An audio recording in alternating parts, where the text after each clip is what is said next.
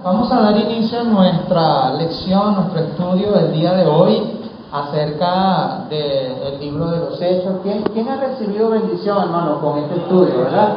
Yo lo estoy disfrutando cada vez que tengo que prepararlo de una forma muy especial. Bueno, toda la palabra de Dios es especial, pero en este libro se parece mucho a lo que estamos viviendo en el día de hoy. Y es la historia de la iglesia, y el día de hoy estamos viendo que la iglesia está pasando por una etapa tremenda, ¿no? Que tenemos el privilegio de vivirla. ¿De verdad que es emocionante o no es emocionante ser cristiano en este tiempo? De verdad, yo me sentí el domingo y mi esposa íbamos en el carro asustados, como que si estábamos, ¿verdad? Nos estaban persiguiendo por hacer lo bueno. Realmente vamos a enseñar la palabra de Dios. Y yo no me puedo imaginar a los cristianos que en los tiempos de la Biblia tenían que esconderse. Es la historia del pececito. Ellos dibujaban el pececito en las puertas, dibujaban el pececito en la tierra. Era una contraseña. Cuando querían saber si era un cristiano real, ellos iban a entrar al culto, a las reuniones que hacían en cuevas y en casas escondidos. La persona tenía que dibujar el pececito, el símbolo del pececito. Y eso indicaba que era un cristiano, y hacían este tipo de símbolos y todo para poder recibir palabra de Dios. Y nosotros también tenemos una contraseña por si acaso, ¿verdad? ¿Cuál es la cura del coronavirus? Cristo es la cura del coronavirus. Esa es nuestra seña, nuestra contraseña. Pero qué bendición ha sido este estudio del libro de los Hechos. Y nos hemos quedado en el capítulo 19 ahora. Recordamos que ya el apóstol Pablo inicia su tercer viaje misionero y ha visitado algunas ciudades importantes. Vimos que visitó Tesalónica, Berea, visitó Atenas, visitó Corinto, y ahora nos detenemos en Efeso, hermano. Vamos a ver algunas cosas importantes acerca de esta ciudad de Pablo en Efeso. He titulado esta enseñanza, el capítulo 19, lo vamos a dividir también en algunas partes. Y he titulado este capítulo 19, o a partir de ahora, Ingredientes de una iglesia sin poder. Ingredientes de una iglesia sin poder. Y hoy vamos a ver uno de esos ingredientes, que es cuando su base es la cizaña y no el trigo. Y quiero hablar hoy acerca del trigo y de la cizaña.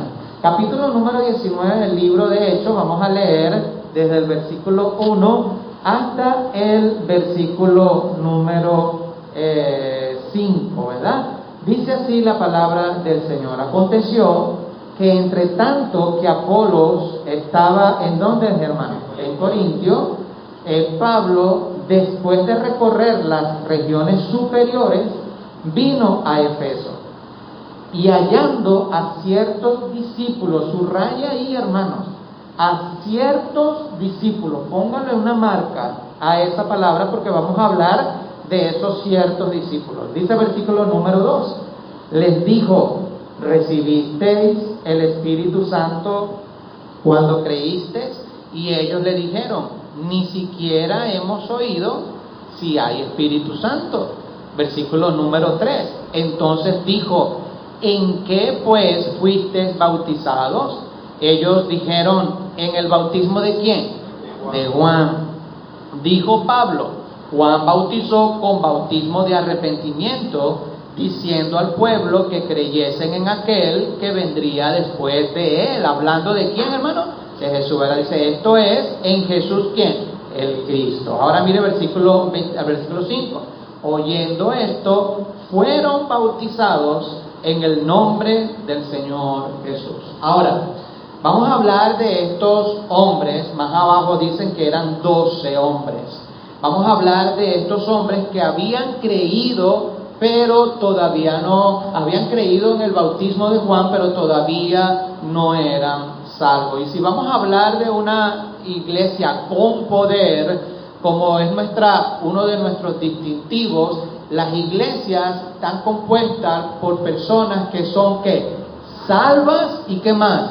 Y bautizadas. Una iglesia no puede tener su base con gente que sea inconversa.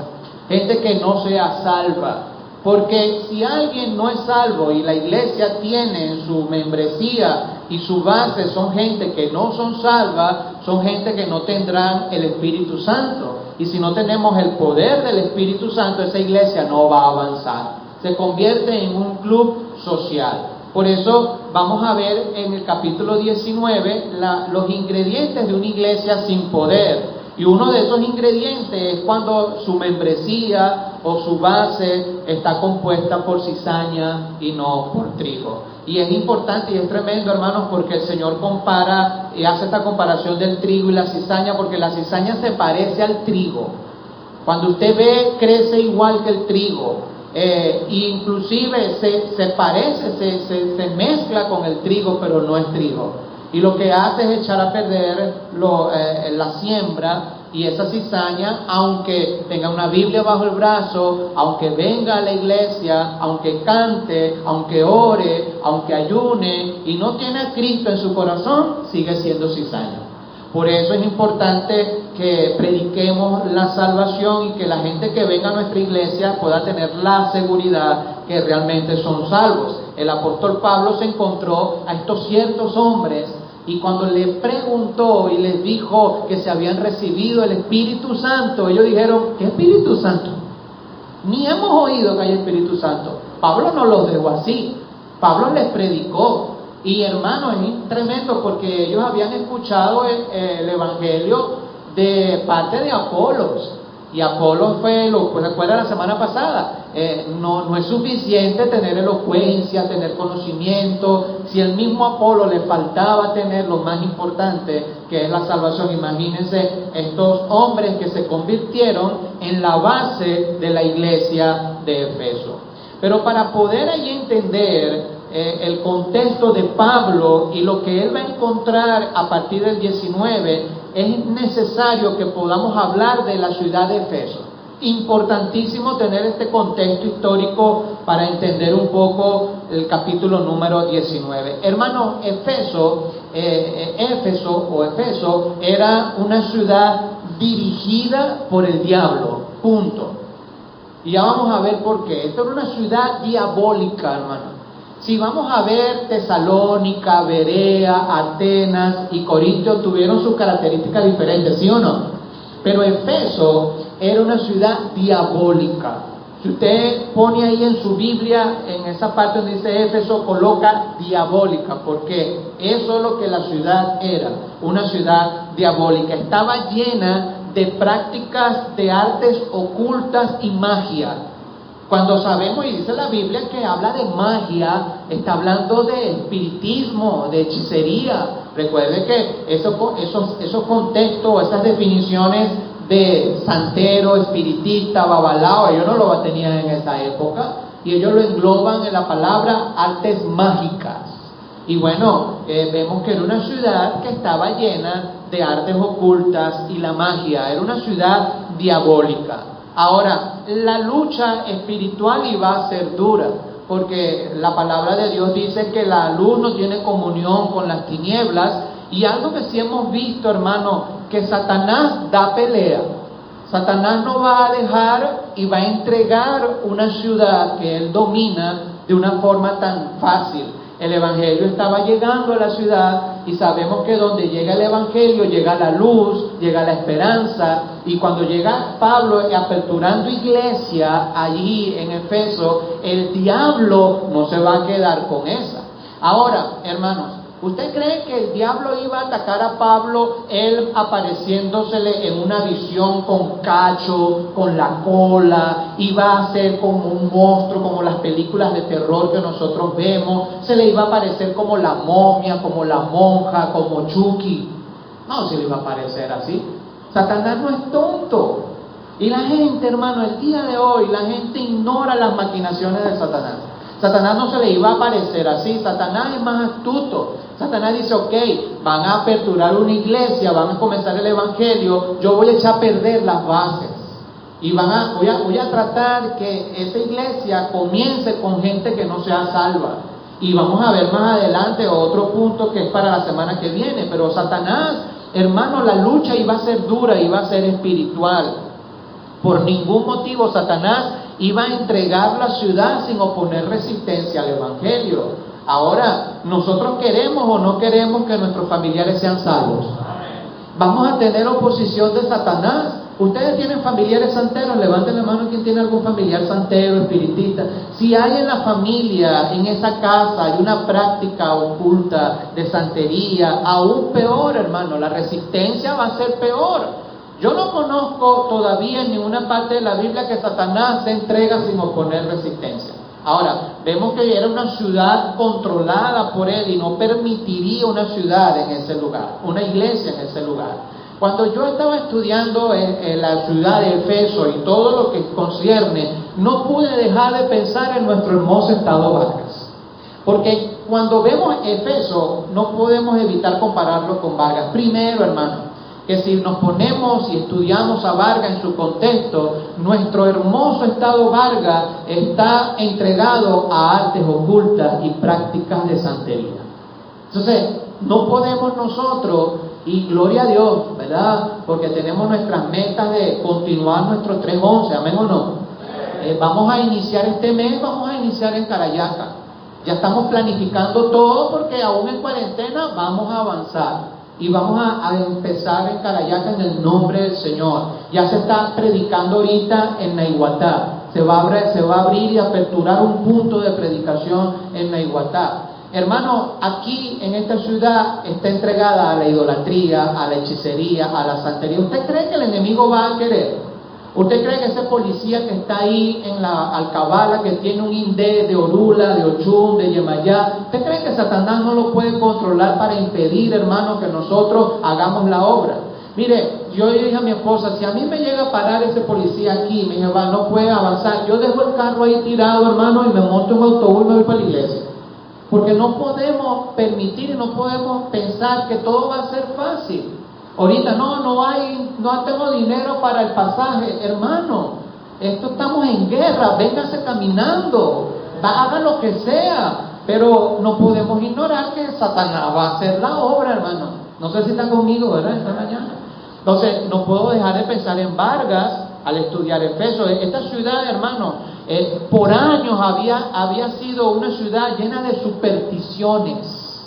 Nosotros aquí tenemos supersticiones full acá en Vargas.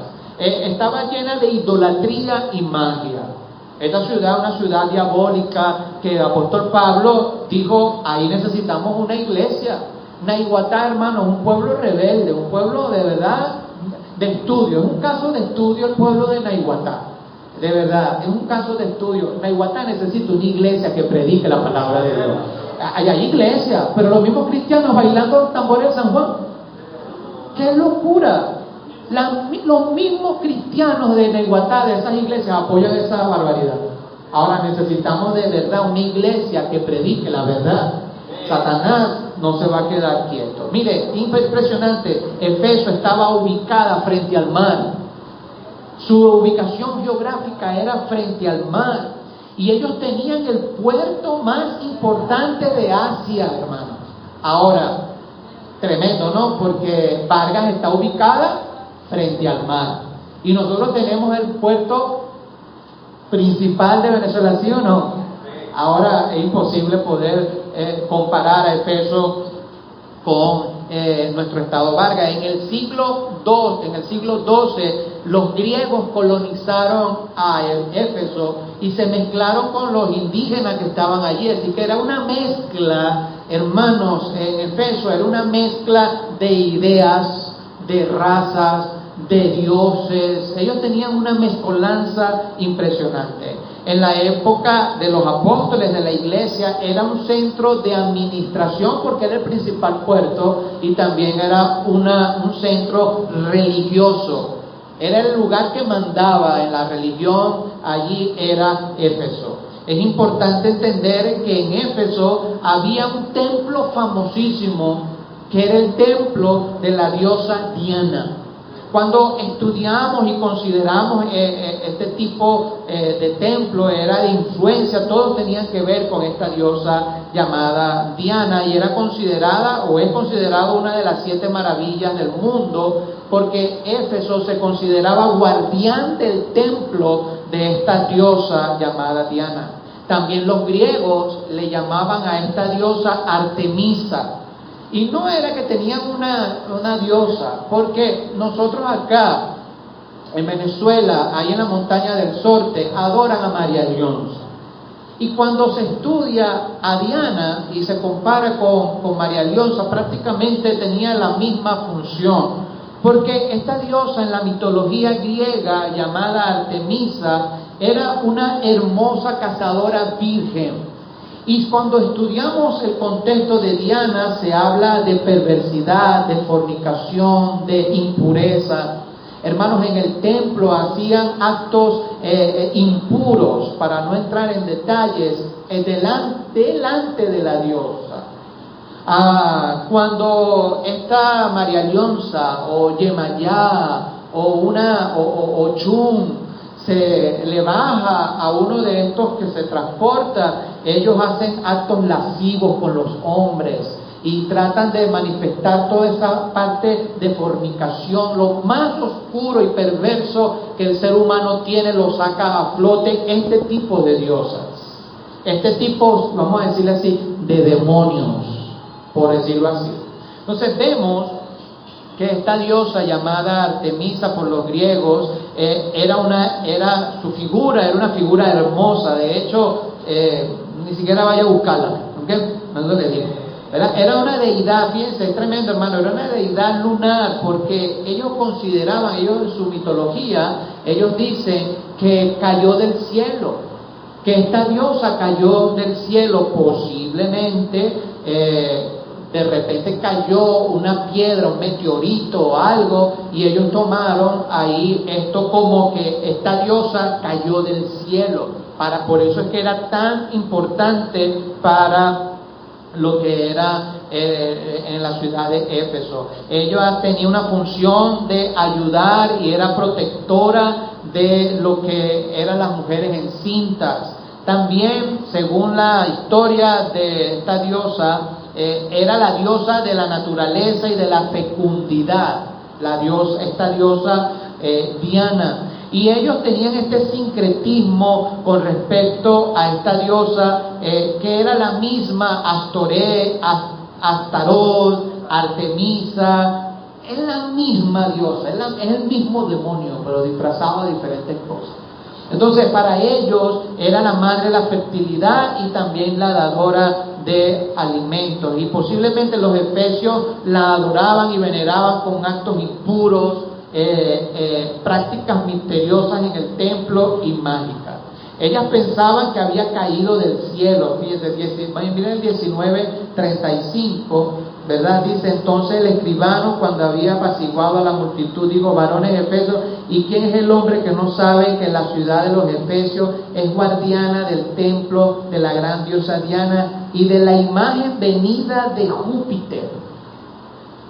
Ellos pensaban, y tal vez cayó una piedra, y ellos hicieron el símbolo de esta diosa, y ellos decían que había caído del cielo. Si usted sabe la historia de la Virgen Coromoto acá en Venezuela, que es adorada por miles de venezolanos, esta Virgen Coromoto, este indio se le apareció supuestamente la Virgen y él intentó agarrarla. Y dice la historia o el mito que cuando él agarró supuestamente a la Virgen y abrió, tenía la estatuilla en la mano de la Virgen Coromoto. Me parece, la historia es la misma. Satanás no cambia su estrategia. Esta supuestamente cayó del cielo y la adoraban porque había venido del cielo. Por eso estaban tan metidas en esta adoración con esta diosa Diana. Es interesante porque esta diosa representaba de la cintura a los pies por un trozo cónico de madera, de la cintura a los pies, y con busto de mujer cubierto de varios pechos. Allí el ídolo de la diosa Diana, y la cabeza estaba coronada con torrecillas y cada una de sus manos apoyaba un báculo. Y ellos le construyeron este templo a esta diosa. Le estoy comentando todo esto para que usted pueda tener idea de dónde se estaba enfrentando Pablo. Y esta era la diosa principal en la ciudad. La ciudad era un centro diabólico, porque no solamente era la adoración a ella, sino era las artes mágicas que allí se presentaban. Entonces, ¿cómo entonces trataría de parar el avance del Evangelio Satanás? ¿Cuáles son los ingredientes para una iglesia sin poder? ¿Cómo Satanás iba a actuar para que la iglesia se detuviera? Bueno, vamos a estudiar en 3 partes diferentes el capítulo 19. Vamos a hablar sobre los falsos creyentes, que es uno de los ingredientes que usa el diablo. Estos 12 hombres ignorantes al Evangelio. Tenían el bautismo de Juan, pero no eran salvos todavía. Tenían buenas intenciones, pero eran intenciones que no estaban basadas en la palabra del Señor. O sea, vamos a hablar acerca de estos 12 hombres y vamos a hablar sobre falsos creyentes. Luego, hermanos, cuando avanzamos los versículos, vamos a estudiar a 7 impostores, 7 hombres que querían imitar el poder de Dios, y vamos a hablar acerca de los imitadores de la verdad. Y por último, vamos a hablar de los plateros de la ciudad, aquellos que construían la imagen de la diosa. Y vamos a hablar acerca de las supersticiones. ¿Cuáles son los enemigos o cuáles son los ingredientes de una iglesia sin poder? Falsos creyentes, imitadores de la verdad, y cuando tenemos una iglesia llena de superstición. Eso lo vamos a dividir hasta donde nos alcance el tiempo. ¿Está conmigo, mi hermano? Hasta donde nos alcance el tiempo. Pero vamos a ver hoy uno de los ingredientes, y es la cizaña. Cuando la iglesia está basada en gente que no es salva, con buenas intenciones, pero equivocados con buenas intenciones. Vamos a ver ahí la historia de estos 12 hombres, y yo le puse acá como título, subtítulo: Pablo conoce a los 12 discípulos ignorantes. Porque dice ahí en el versículo número 1, dice que aconteció entre tanto que Apolos estaba en Corintio, y Pablo, después de recorrer a las regiones superiores, vino a Efeso, y hallando a ciertos discípulos. Fíjense bien, hermanos, que no dice ciertos cristianos, porque hay una diferencia en ser un discípulo y un cristiano, porque discípulo es un seguidor. Y tenemos gente que sigue a Cristo, pero todavía no son cristianos. Ahora, es importante porque Pablo, hermano, tenía ese olfato de buen predicador y buen evangelista. Porque si nosotros queremos tener una ruta que funcione y traiga gente y Dios la bendiga, esa ruta tiene que estar basada con gente salva. La iglesia tiene que tener cristianos. Tenemos que predicar del Evangelio, y me preocupa que la iglesia crezca tan rápido y no aseguremos que esta gente pueda conocer de verdad el Evangelio. Porque si no hay gente salva, no hay poder del Espíritu Santo. Si no tenemos gente que conozca a Cristo, y como dice ahí el apóstol Pablo, ciertos discípulos, él no le bastó eso. Y es importante, Pablo le lanza, hermano, le da una píldora, una pregunta que iba a determinar el resto de la historia de estos discípulos. Ahora, estos discípulos iban a ser la base de la iglesia en Efeso. Quiero que usted pueda mantener eso en su mente. Ahora imagínense que Pablo los deja así sin ser salvos, en medio de una ciudad diabólica. Es lo que Satanás está haciendo el día de hoy. Hay iglesias que se están abriendo a montones. Hay bastante gente con Biblia en la mano, a montones. Hay gente que está escuchando música cristiana, a montones, pero no son salvos. Me preocupa porque la gente cree que escuchando a Marcela Gándara es salvo. Ay, no, ella escucha a Marcela Gándara, ella escucha a Marcos Witt, ella escucha Tercer Cielo. Ay, hermano, el hecho que escuche ese tipo de cantantes no significa que sean salvos. El hecho que tengan una Biblia bajo el brazo no significa que sean salvos. Pablo dice que halló a ciertos discípulos y le preguntó, en el versículo 2 le dice: ¿recibiste el Espíritu Santo cuando creíste? Interesante, hermano. Esto es base para nosotros, nuestra doctrina del Espíritu Santo. Porque una persona recibe al Espíritu Santo cuando cree. Cuando esa persona es salva, al momento de ella confesar el nombre del Señor, y el momento en que esa persona entiende la necesidad de salvación y ella es salva al momento de creer, dice, es el momento donde uno recibe al Espíritu Santo. Por eso Pablo le dice, recibisteis al Espíritu Santo cuando creísteis, porque es importante que un cristiano sea controlado por el Espíritu Santo. Porque ¿qué es lo que llevó a estos hombres a dar su vida por el Señor? ¿Por qué ellos fueron dispuestos a ser azotados, apedreados, encarcelados? Porque estaban siendo guiados por el Espíritu Santo. Hermanos, ellos murieron de forma trágica. De forma trágica. Ellos los mataron de forma impresionante. Lo lanzaban a los leones, lo alanceaban, lo quemaban, lo empalaban, lo crucificaban hacia abajo. Hermanos, la muerte de los cristianos de la primera iglesia fue tremendo. Cristianos. Y a veces aquí tenemos cristianos que se van de la iglesia y se amargan contra Dios porque a alguien en la familia le dio coronavirus, porque tienen una gripe, porque están enfermos o murió un familiar, y le echan la culpa a Dios porque estamos llenos de ese evangelio que al cristiano no le pasa nada, que al cristiano nunca le va a suceder nada. No, hermanos, Dios no nos promete un camino de flores. Dios nos dijo en su palabra, toma tu cruz y sígueme. Y debemos estar dispuestos a pagar el precio de ser cristiano. Lo que pasa es que estábamos cómodos antes. Estábamos viviendo un cristianismo cómodo. Pero ahora, hermanos, debemos estar dispuestos, inclusive con toda sinceridad y con toda honestidad. Yo estoy dispuesto a que vengan aquí y nos suspendan y me lleven preso, que me lleven preso, hermano. Porque es la hora de obedecer a Dios, obedecer a los hombres. Eso sí, que me lleven, si me van a llevar preso, que me lleven allá con Urichico, que está el comandante.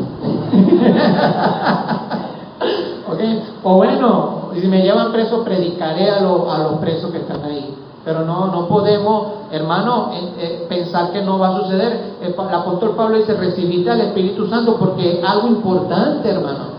La gente el día de hoy que no quiere nada con la iglesia es porque no son salvos, hermano. Perdónenme, mire, con toda honestidad le digo esto. Si el día de hoy hay alguien que usted conoce y dice, no, yo no voy para la iglesia, y no sé qué, y está metido en todos lados y no viene a la casa de Dios, con todo respeto, hermano, yo digo, esa persona tal vez no es salva. Porque un cristiano necesita su iglesia, hermano. Un cristiano necesita esto, así sea, así poquito. Estamos la cabeza aquí, no importa. No nos podemos reunir todos, no importa. Pero el hecho de necesitar. Wow, hermano, mire, todavía recuerdo ese día, me llamó el hermano Wilmer. Él no habían venido, al principio nos reuníamos nada más, hermano Edgar, mi familia, y Johan aquí, y Luigi, que se mudó por acá, éramos nosotros nada más. Y recuerda que las primeras semanas estábamos atentos, estábamos preventivos, porque la cosa estaba dura, y no hay que ser tampoco irresponsable. Y llegó un momento donde Wilmer me llamó y dijo, mira, pastor, no aguantamos más, necesitamos ir a la iglesia. Wow, hermano, eso me quebró. Hermano Lucena me llamó llorando, hermano, llorando, me dijo, pastor, yo no sé lo que vamos a hacer, yo necesito mi iglesia, así exigiéndome, hermano. Wow, eso mire, de verdad, hermano, me quebrantó mi corazón. Porque la idea es que nosotros estemos en la casa de Dios. Wow, yo dije, no, Señor, ayúdanos. Tenemos la intención. Y el Señor abrió esa puerta con ese local ahí en Maiquetía. No es muy grande, no tiene aire acondicionado, pero el Señor nos los dio, hermano. Y ahí está el hermano Lucena allí y pudo tomarse su última sopa con nuestro hermano Jaime el domingo que estuvo ahí. Pudimos verlo por última vez ahí. Entonces, ¿es importante o no es importante la iglesia? Es importante la iglesia. Alguien que me diga que no, que esto, que no sé qué más. Hermano, yo de verdad dudo que tenga Cristo en su corazón, porque el que es salvo va a amar lo que Dios ama. Y Dios se entregó por su iglesia. Y vuelvo y repito, siendo precavidos con todas las medidas de seguridad, y sin embargo así estamos propensos a ser enfermados. Estamos propensos a ser enfermados. ¿Y qué vamos a hacer? Continuar adelante. Continuar adelante. Y vemos que Pablo le dice, recibiste al Espíritu Santo cuando creíste, y ellos dijeron, ni siquiera hemos oído si hay Espíritu Santo. Ellos, hermanos, se convirtieron con Apolos, y está bien, Apolos era un poderoso en las Escrituras. ¿Se acuerdan la semana pasada que vimos? Poderoso en las Escrituras, tenían el Evangelio, pero hasta Juan, ellos tenían el bautismo de arrepentimiento, pero le faltaba el bautismo del Señor. Le faltaba de verdad poder conocer a Cristo como su Salvador personal, porque ellos estaban conociendo solamente en parte. Ellos no tenían la seguridad de salvación, ni siquiera habían escuchado del Espíritu Santo, no sabían habían pasado de una dispensación a la otra, porque cuando ellos recibieron el bautismo de Juan estaban en la dispensación de la ley todavía.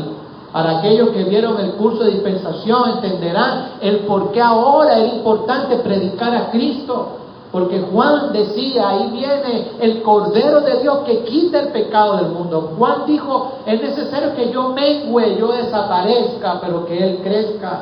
Y cuando Pablo escuchó y dijo, no han recibido el Espíritu, ni siquiera hemos escuchado el Espíritu Santo. Y mire el versículo 3 dice, entonces Pablo le preguntó, ¿en qué fuiste qué?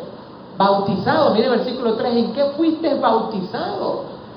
Porque el apóstol está dando importancia al bautismo. Recuerda, hermano, que la doctrina que trajo más muerte de cristianos a lo largo de la historia fue la doctrina del bautismo. El día de hoy todo el mundo se bautiza porque cree que es una moda, ¿verdad? Hay una piscina ahí, yo me quiero bautizar, chicos, me quiero echar un baño, como que si eso es un baño. Y pasan, pero en el tiempo bíblico el bautismo era símbolo de muerte, porque el que se bautizaba decía, yo estoy con ellos, yo soy discípulo del Señor, estoy dispuesto a morir. Y es por eso que Pablo le pregunta, ¿en qué fuiste bautizado? Y ellos le dijeron, en el bautismo de Juan. Ellos nada más conocían la parte de Juan, y Juan fue a preparar el camino ¿a quién? A Cristo. Ellos tenían cierto conocimiento. Pablo le preguntó sobre su bautismo, pero ese bautismo de Juan ya no era válido. Ya ese bautismo era solamente un paso al que sigue. En otras palabras, hermanos, ellos no eran salvos. Creyeron un mensaje pasado, todavía faltaba para ellos continuar y escuchar el mensaje de salvación de nuestro Señor Jesucristo, del Cordero de Dios que quita el pecado del mundo. Eran cristianos sinceros.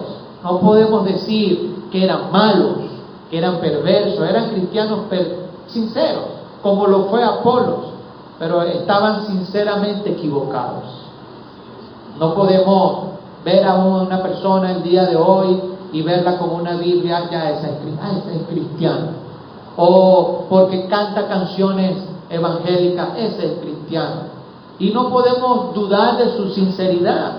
Porque si vemos, hermanos, hay gente en estas iglesias que son sinceros, que de corazón quieren amar a Dios, pero como les dije, están sinceramente equivocados.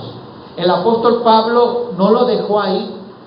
El apóstol Pablo, cuando escuchó y dijo, ellos dijeron, no hemos escuchado ni el Espíritu Santo, y hasta Juan llegamos en el bautismo. El apóstol Pablo no los dejó quietos. No le dijo, ok, con eso basta. No, porque Pablo sabía que la base de esa iglesia, el contexto histórico, el contexto social de la ciudad, entregada a la magia, entregada al diablo, necesitaban una iglesia fuerte. Necesitaban una iglesia donde sus discípulos fuesen salvos, porque no podemos combatir al enemigo en nuestras fuerzas. Más adelante vemos a un grupo de exorcistas que trataron de sacar los demonios de la gente. ¿Y saben qué le respondieron los demonios? Los demonios dijeron, en el nombre del Dios de Pablo te expulso. ¿Y saben qué le respondieron los demonios? Los demonios le respondieron, nosotros conocemos a Pablo, pero ¿quién eres tú? Tremendo, ¿no? Tremendo. Usted se imagina que usted vaya a exorcizar y en el nombre de Cristo, y el demonio le diga, vente para acá, chico, que tú eres mío. ellos estaban sinceramente equivocados. El apóstol Pablo no los dejó ahí, hermano. Yo no me confío. Cuando yo conozco a alguien y dice, no, yo tengo 20 años en la iglesia, a mí no me importa que tenga 30 años en la iglesia. O que tenga, no, yo soy summa cum laude, yo me gradué en un instituto bíblico. Yo lo dejo hablar, pero después le hago la misma pregunta que hizo Pablo. Si tú murieras hoy, ¿a dónde irías? Oye, no lo sé, de nada sirve tu elocuencia, tu conocimiento, tú necesitas a Cristo, papá. No podemos permitir que la base de la iglesia sea de gente sinceramente equivocada, porque viene con sinceridad, pero no la podemos dejar quieta. Un ganador de almas tiene un olfato como el de Pablo. Te ve, oye, esa hermanita tiene ya 3 semanas viniendo, 4 semanas. Nosotros le hacemos un seguimiento, hermano, que ustedes no lo crean, a los visitantes. Tenemos un seguimiento estricto, con foto y todo, hermano. Estilo FBI y PTJ, así, un seguimiento. Si usted ve, oye, esa persona tiene como 4 domingos viniendo, hermano, vamos a predicarle a ver, porque yo no quiero que siga viniendo sin ser salva. ¿Por qué se va de la iglesia, hermano? ¿Por qué se van de la iglesia? Llegan, me gustó la iglesia, chévere, fino. No, ¿verdad? Qué bueno el ambiente. No podemos negar que nuestro compañerismo atrae, ¿sí o no?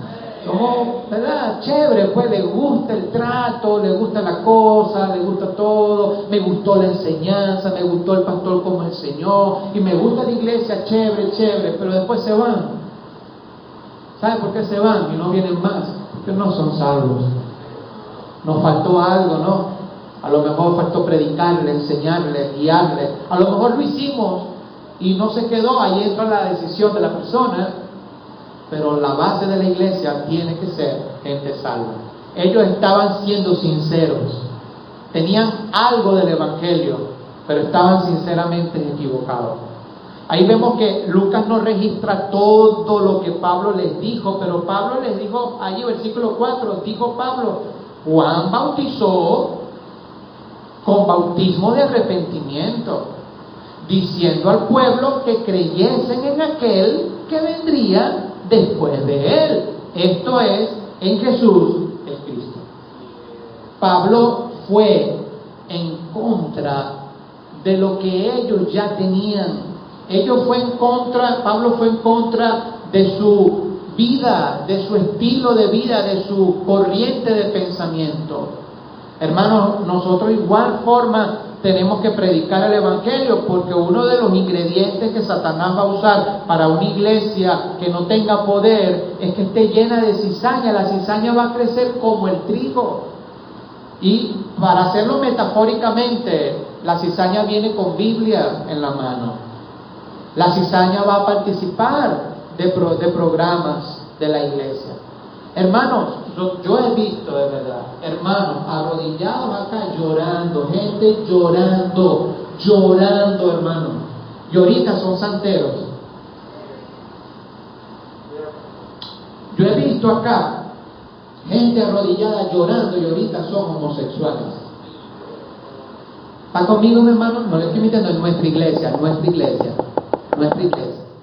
Hay gente que estaba apoyando, ganando almas, y ahorita son gays. Y están metidos en ese mundo perverso, en brujería, en santería, pentecostales, de todo tipo, hermano.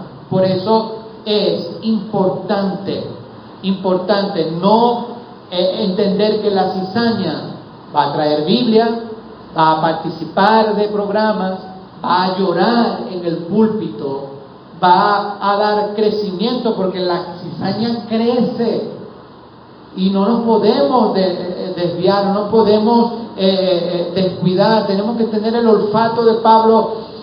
Es una cizaña, está muy bonita, está floreando mucho, pero no es trigo. Ahora, hermano, cuando vemos a alguien que está dando pasos para Dios, pero de su boca lo que sale siempre es perversidad, doble sentido, todo lo del mundo lo ve chévere y lo aplica. Y una de las cosas, hermanos, que yo he aprendido a tener un bombillito es cuando escucho a alguien reírse del pecado o darle un sentido menos de importancia al pecado. Cuidado, porque nosotros no podemos reírnos del pecado, no podemos tener el pecado como burla, y eso, porque eso es una forma de jugar con el pecado. Un cristiano, alguien que es salvo, no va a querer ni pensar en el pecado. A mí me da pena, hermano, recordar mi vida pasada. A mí me da pena recordar las canciones que yo cantaba antes. Me da pena ver mis fotos de antes, hermano. Horrible, horrible. No tanto por lo que hacía, sino por cómo estaba. Horrible. Pero me preocupa que hay gente que se ríe y anhela lo que hacía antes. Así como que, ay, antes. Cuando iba a los matinés, cómo bailaba yo sabroso, que bailaba. Antes, cuando me tomaba mi traguito, cómo disfrutaba con mis compadres. Y lo vemos como añorándolo, como anhelándolo. Tarde o temprano esa cizaña se va a inclinar hacia allá. Y por eso me preocupa cuando veo a alguien que anhela lo que era antes. Estimado hermano, la cizaña va a crecer con el trigo. Si Satanás va a utilizar un ingrediente para que la iglesia no tenga poder, él no se va a aparecer aquí, hermano. ¿Usted cree que Satanás se va a aparecer? Y un demonio, un dragón. Por favor, esas son las películas. Satanás se va a disfrazar como un ángel de ¿qué? De luz. Y él va a decir, yo sé que si el edificio, sus bases están mal, ese edificio no va a permanecer. ¿Y qué hace? Utilizó cizaña. Iba a utilizar esta cizaña para establecer la iglesia en Efeso. Gloria a Dios que llegó Pablo con el olfato y dijo, no, vénganse para acá, hijo. Aunque fuiste predicado por Juan, está bien, tienes el bautismo de Juan, pero el mismo Juan habló de Cristo. Ustedes necesitan conocer al Señor. La Biblia no nos muestra todo lo que Pablo le dijo, pero Pablo le predicó a tal punto que dice el versículo 5 que les dijo, y el bautismo que tienen todavía no es válido. El bautismo de Juan era un bautismo de arrepentimiento, pero ahora tienen que ser bautizados en el bautismo de nuestro Señor Jesucristo. Y el versículo 5 dice que lo bautizaron. Lo bautizaron en el bautismo correcto. Dice que cuando oyeron esto, versículo 5, fueron bautizados en el nombre de nuestro Señor Jesucristo. Ahora, por supuesto que esta es una historia narrativa, está narrando el autor. Por supuesto que aquí no está hablando de la fórmula. Evidentemente la fórmula del bautismo es en el nombre del Padre, del Hijo y del Espíritu Santo. Aquí fueron bautizados en la fe de nuestro Señor Jesucristo. Es importante tener allí eso en cuenta. Por eso, estimado hermano, ahí el apóstol Pablo no se confió, y la base de la iglesia no podían ser solamente ciertos discípulos o hombres sinceros. La iglesia no puede estar llena de gente sinceramente equivocada. Una de nuestras distintivas como bautistas es que la iglesia cuyos miembros son salvos y ¿qué más? Ahí está, hermano.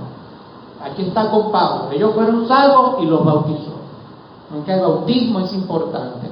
Entonces, para resumir, los pecadores deben creer en el mensaje correcto antes de que se salven.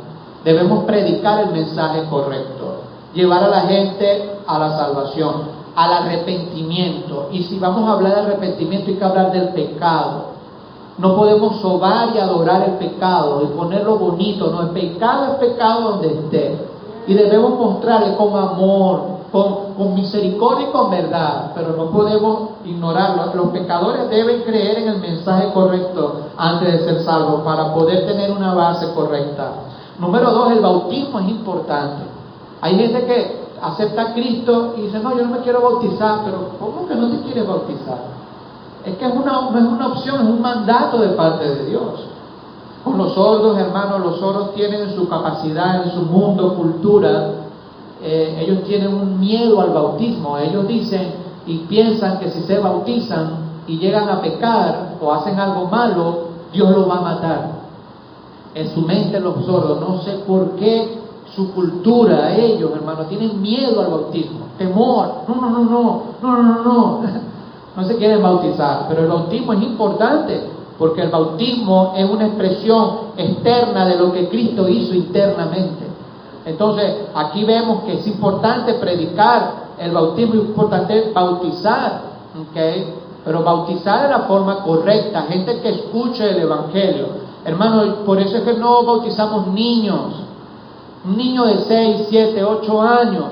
No bautizamos niños. Ese niño tiene que tener la capacidad para entender lo que se está predicando, que pueda ser un discípulo correcto. Puede ser inteligente el niño, se puede aprender los versículos de memoria, pero la inteligencia no significa que sea sabio. Entonces es importante predicar del bautismo, que la gente pueda entender lo que significa. Número 3, que el cristiano puede guiar a otro solamente a donde él ha ido. No sé si me explico. Un cristiano puede guiar a otro solo al lugar donde él mismo ha ido. Sí, una persona que no es salva no puede guiar a alguien a que sea salvo. Una persona que es salva va a guiar a alguien al lugar donde nosotros estamos. Hermano, me encanta esta frase del Evangelio. El Evangelio simplemente es un mendigo diciéndole a otro dónde encontrar el pan. Así es. Nosotros somos ese mendigo que encontramos ese alimento en Dios. Todavía seguimos siendo mendigos y agarramos a otro y lo llevamos ahí. Esa es nuestra función. Y por último, Pablo fue el mensajero de Dios. Y en esta historia él muestra que tiene la misma posición que los otros apóstoles. Entonces, si vamos a hablar de ingredientes para una iglesia sin poder, debemos cuidarnos de la cizaña. La semana que viene vamos a hablar del siguiente ingrediente, que son los imitadores de la verdad. Hay bastantes evangélicos imitando el poder de Dios. Así que no vaya a faltar para la próxima semana. ¿Está conmigo, mi hermano? Amén. Seguimos. Tarea, léase el capítulo 19 del libro de los Hechos. Bueno.